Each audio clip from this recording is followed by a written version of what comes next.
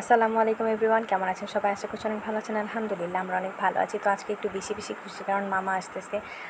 আমরা বোয়ালমারি আসছে 6 বছর, তার মধ্যে মামা কখনো আসে নাই, আজকে ফার্স্ট আসতেছে।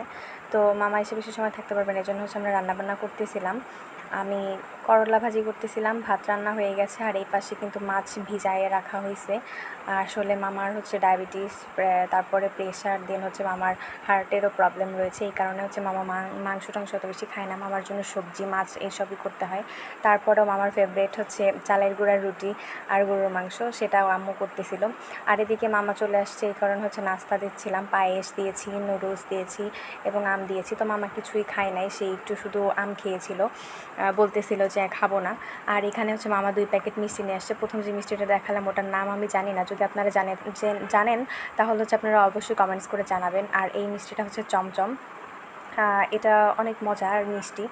তো মামাকে বলতেছিলাম যে আবার এইসব আনার কি দরকার ছিল, বলতেছে যে এত বছর পরে তোমাদের বাসায় আসলাম, এইসব কি একটু না নিয়ে আসলে কি হয়।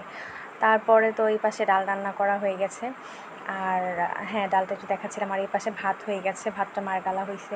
আর এই যে করলা ভাজির ফাইনাল লুক, এই যে করলা ভাজিটাও কিন্তু হয়ে গেছে। আর এই পাশে আম্মু রুটি বানাচ্ছিল প্রথমে, তারপর এখন আমি বানাচ্ছিলাম, আর আম্মু আবার ভাজতেছিল। রুটিটা আমি মোটামুটি ভালোই বানাতে পারি, গোল হয় এবং পাতলা হয়। বলতে পারেন যে নিজেরটার প্রশংসা নিজে করতেছে, আসলে না, সবাই আমার রুটির প্রশংসা করে। আমি আসলে খুব সুন্দর রুটি বানাতে পারি। আর তারপরে এই পাশে আম্মু কিন্তু কাচকি মাছকে একদম চচ্চড়ি করে নিয়েছে, আর এখানে মশলা বেটে রাখা হয়েছে মাছ ভুনা করার জন্য। আর ওই পাশে বাটা মাছ কিন্তু ভাজা হচ্ছে, ভাজার পরে আম্মু ভুনা করবে। আর এখানে মাছটা চচ্চড়ি করছে।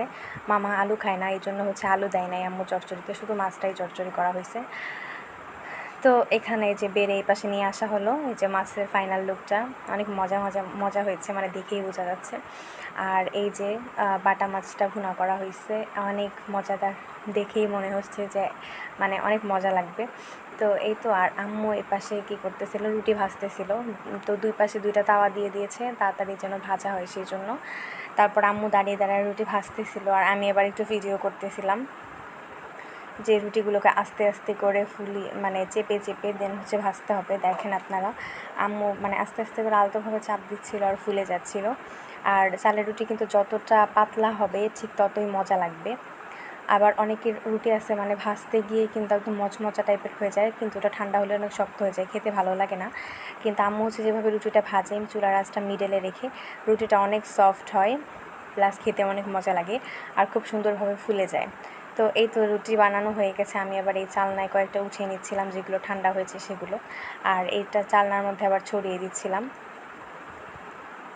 তারপর এই যে আমি চালনায় নিলাম, এখন ওই চালনায় ছড়িয়ে দিচ্ছিলাম। আর এখানে গরুর মাংস, এই যে গরুর মাংস রান্না করে রাখছে আম্মু, হাঁড়ি ভরে মাংস রান্না করেছে।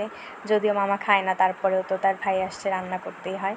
তো সবাই ভালো থাকবেন, আজকের ভিডিও এই পর্যন্ত।